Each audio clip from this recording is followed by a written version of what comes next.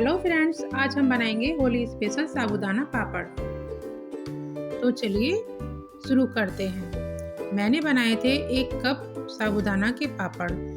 1 cup साबूदाना लेकर मैंने उनको अच्छे से धो लिया था। उसके बाद उसमें 3 से 4 कप पानी डालकर उसको सोक करने के लिए रख दिया। अब हम देखते हैं कि ये अच्छे से फूल चुके हैं, एक एक दाना अच्छी तरह से खिल चुका है। अब हम इनको पकाते हैं। तो एक पैन में इन साबूदाना को ट्रांसफ़र करने के बाद 7 कप पानी डाला था। जैसे कि जिस कप से आप साबूदाना लेंगे उसी कप से आप पानी भी मेजर करके डालेंगे। आप चाहें तो कोई बाउल भी यूज कर सकते हैं। साबूदाना में पानी ज़्यादा ही लगता है, इसलिए इसमें पानी 1 कप के अकॉर्डिंग 7 कप ही डाला जाता है। तो अब ये सारे साबूदाना ऊपर आ चुके हैं। अब हमें इन्हें ट्रांसपेरेंट होने तक चलाना है। फ्लेम को हमें लो टू मीडियम ही रखना है और ये धीरे धीरे पकते रहेंगे। और अब ये ट्रांसपेरेंट होना भी शुरू हो गए हैं। जैसे ही सारे ट्रांसपेरेंट हो जाएंगे उस स्टेज पर हमें गैस को ऑफ कर देना है और 2 मिनट बाद वो एक अच्छा सा गाढ़ा घोल बनकर तैयार हो जाएगा। आप देख रहे हैं साबूदाना ट्रांसपेरेंट होने लगे हैं, तो हमें लगातार इसी तरह चलाते रहना है। और जैसे ही सारे साबूदाना ट्रांसपेरेंट हो जाएंगे तो ये साबूदाना पक चुका होगा। अब यहाँ पर सारा साबूदाना ट्रांसपेरेंट हो गया है। तो इस स्टेज पर आकर हमें फ्लेम को ऑफ कर देना है। फ्लेम को ऑफ करने के बाद 5 मिनट तक उसको ऐसे ही छोड़ देना है।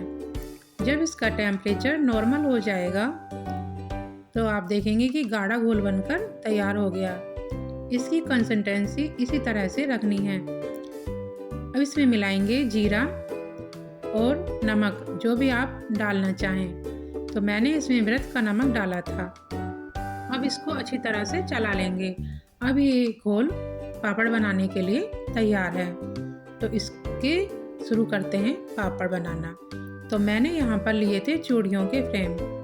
आप कोई भी फ्रेम ले सकते हैं। आप किसी भी प्लास्टिक के डिब्बे को भी काट कर फ्रेम बना सकते हैं। इनको सर्कल शेप में ही बनाया था, तो मैंने यहाँ पर बैंगल्स यूज किए थे।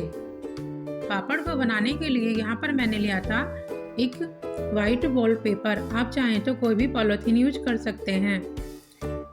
तो मैंने ये पापड़ फैन के नीचे ही बना दिए थे, जिनको 1 दिन रखने के बाद नेक्स्ट डे मैंने इनको धूप में डाला था। तो अगर आप कोई पॉलीथीन पर इन्हें बनाएंगे तो उस पर कोई ऑयल ज़रूर लगा लें। क्योंकि मैंने यहाँ पर वॉल पेपर यूज किया था तो ये वैसे भी चिकना होता है, तो मुझे किसी भी तरीके का ऑयल लगाने की इस पर ज़रूरत नहीं पड़ी।